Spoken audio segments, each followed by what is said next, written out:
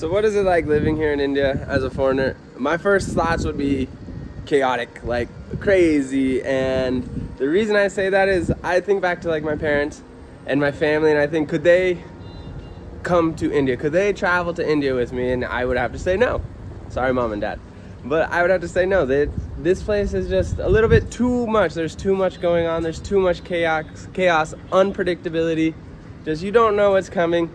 And it's very, very hard to plan anything and to make sure that your plan is gonna go through. Just a lot of energy and effort to get through the days at time, especially when you're out in the city or you're exploring in different areas. Just the vast amount of people, the vast amount of things going on, it can be really, really difficult.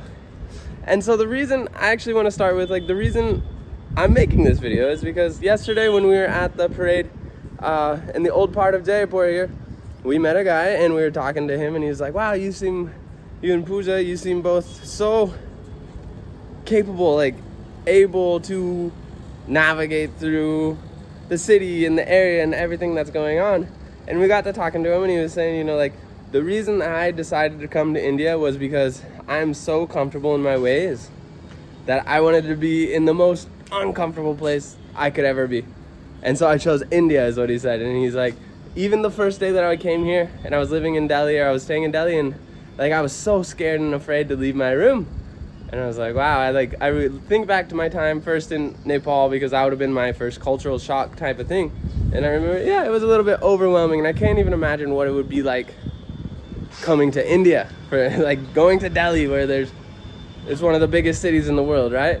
And so hearing him say that, it made me really think, like, what do I think and consider about living here in India? And especially here in Jaipur, because I've been here for the last 6 months. 3 months. This is where I've spent my time. So first thing, chaotic, crazy, hard to plan, hard to get through, all this kind of stuff. The next thing is, it's really like, if you're accustomed to personal space, it doesn't exist here. Yesterday at the parade, like, we were packed in there right at the front of the line, or at the front of the gates where they were kind of holding everyone off. We were packed in there, and there was just no room to move. It was shoulder to shoulder, people pushing you in the back, and just physically no personal space. The other thing on personal space is, like, when you meet people, they are very inquisitive, very curious about your life and who you are. And if you're not really used to sharing about yourself, or like the intricate details of your family and your life and how old you are, and if you're married, why don't you have kids, especially for women, like if you're at a certain age, why don't you have kids and married and all this stuff, like it can be suffocating at times, like trying to go through those conversations. And you don't want to be rude, you don't want to be mean, but then you hear these questions, and it's just like no personal space. Like, how do I get out of this conversation? And the kid yesterday was telling me, like, I met a guy, an Indian guy, and he was asking me to come visit his family and have dinner with them, and should I go do it? And of course Pooja took the other side, was like, I watch so many crime shows, like, oh my god, it could be something bad. And the boy was like, I watch those too, and that's why I'm so worried, like something could happen to me. They've seen all these murder mysteries and Delhi crimes and stuff, so they were freaking out. But what I was telling him is, like, just be prepared to be uncomfortable in that situation. Everyone's gonna kind of sit around the table, probably. They're gonna watch you eat and ask you very, very maybe difficult or strange questions that you've never really thought about, or you've never had to answer, like first meeting somebody, right? Maybe like close friends and stuff like that, you get those kind of questions, but not on a first meeting. So I told him to, like, be careful about that. Just be prepared to, like, yeah, it can be suffocating at times. So another thing is, when you go to certain areas, people are like, let me take a picture, video, all this kind of stuff. Hold my baby. Like, I've gone to heritage sites and people want me to hold their baby and take photos with them or sit with their children and stuff. And it's like, you're a celebrity here, and it's only that way for me because of the color of my skin, because I'm white, right? And not a lot of tourists come, or whatever it might be, and so they see you as a celebrity, which is kind of weird in a way. I really don't like it.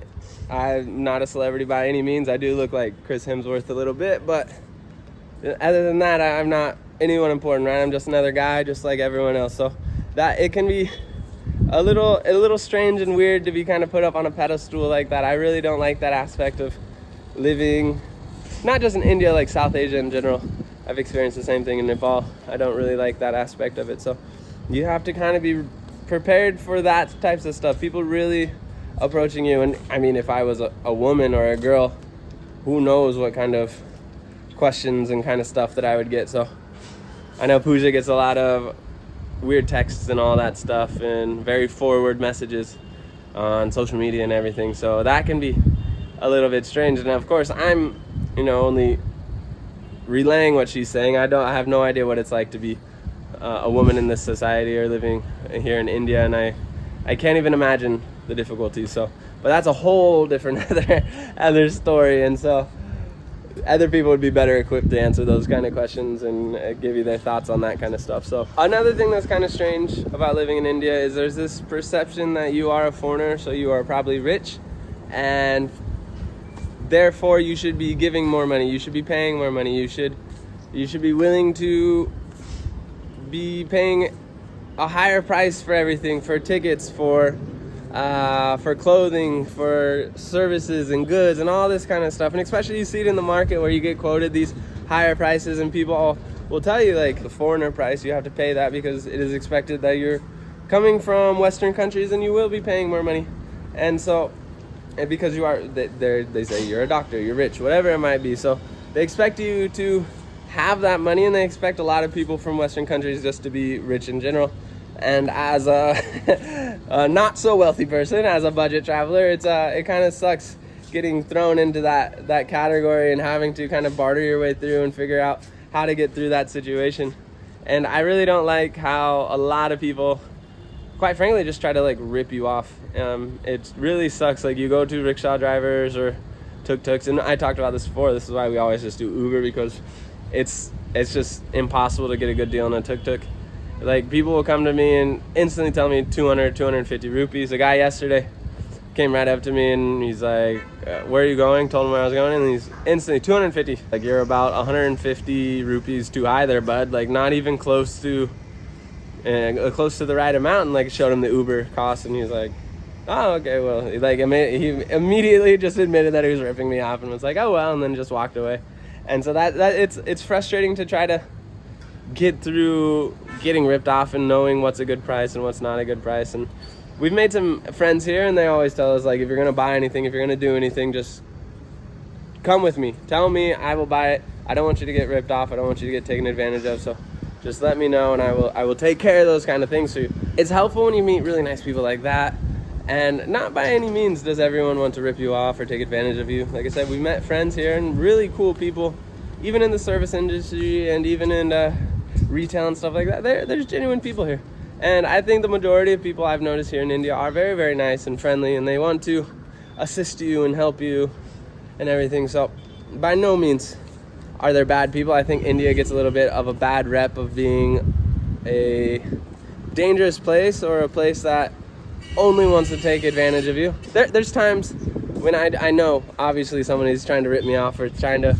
take advantage of me, scam me and stuff like this, and you pick up on these patterns that people do, especially in the heritage sites here in Jaipur. I've noticed, like, people will come up to you and ask you where you're from, and they try to get a conversation going like that, and then they ask some other questions, and then tell you, go here, do this, go to my restaurant or whatever. And so you can kind of pick up on these like trends or tactics of people trying to rip you off and stuff. So I don't want to give India a bad rep, and I think it's unfair that a lot of other foreigners give that kind of rep here in India, because if you're vigilant and if you're smart and if you pay attention and watch over yourself, like, you'll be okay. Everything will be okay. That I've noticed that a lot of Indians are very entrepreneurial, and I think this is well known throughout the world, but everyone wants to do business and entrepreneurship, and there's a lot of opportunity here for business, especially for foreigners and people visiting and stuff. There's ways to get involved, and there's ways to start businesses and partnerships here, which is really nice. And I think it's a pretty cool thing, especially if you plan on living in India, staying here longer term, or making these connections and then going back home. There's a lot of opportunity, and there's a lot of opportunity for export or partnerships with like technology and stuff like this. And I've really liked that, and I've met some cool people here that my business and our website and everything, and then I've been able to help them with their business and website. And it's really nice to be able to go back and forth and kind of use that kind of their very business savvy and entrepreneurial and very smart and educated, and you know, you can work with them and create these partnerships. So I really like that aspect of living here. I thought that's pretty cool. The last thing is kind of something that I've just learned for myself, is like in regards to culture, religion, society, behaviors, anything and everything related to societal norms and what happens here in India, and even in South Asia, because I experienced this a lot in Nepal as well, is that just be ready and just honestly admit to yourself, like, you don't know anything. As a foreigner, you really don't know too much, and there's a lot of things that are underneath this society that you can't see and you won't understand unless you've been living in this place for a long time. You've been living in India, and you won't understand why certain people act certain ways, or why certain religious ceremonies and festivals happen in a certain way, or cultural things happen in a certain way. And so I think it's important to acknowledge that we're just, as Westerners, a lot of us are just oblivious, and I was definitely one of them.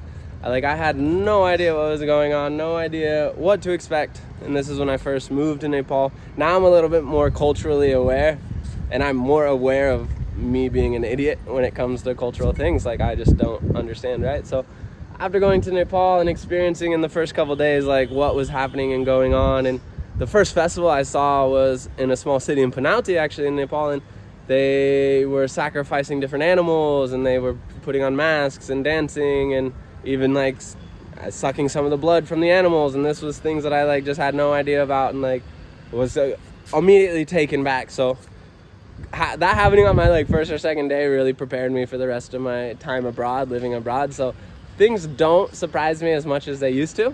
I kind of understand that things will be chaotic and crazy, like I mentioned at the beginning of the video. Just be prepared for anything and everything, right?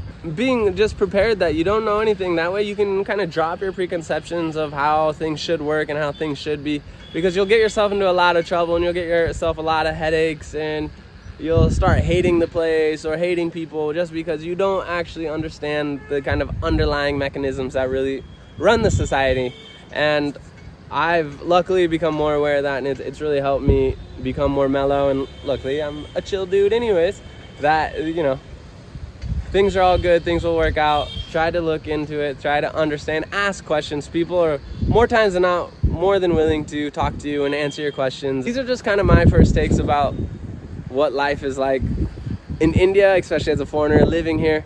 And I've only been here for 3 months. I'll be here for another 3 months before I have to leave. But I will come back. I'll go to another place, and so hopefully next time, maybe in another 3 months, I'll do another video about what I've learned, what my impressions of living in India and stuff like that, and we'll see how they've changed and how I've changed during those 3 months. So I think that's it. That's all I got for today. As always, thanks. Bye.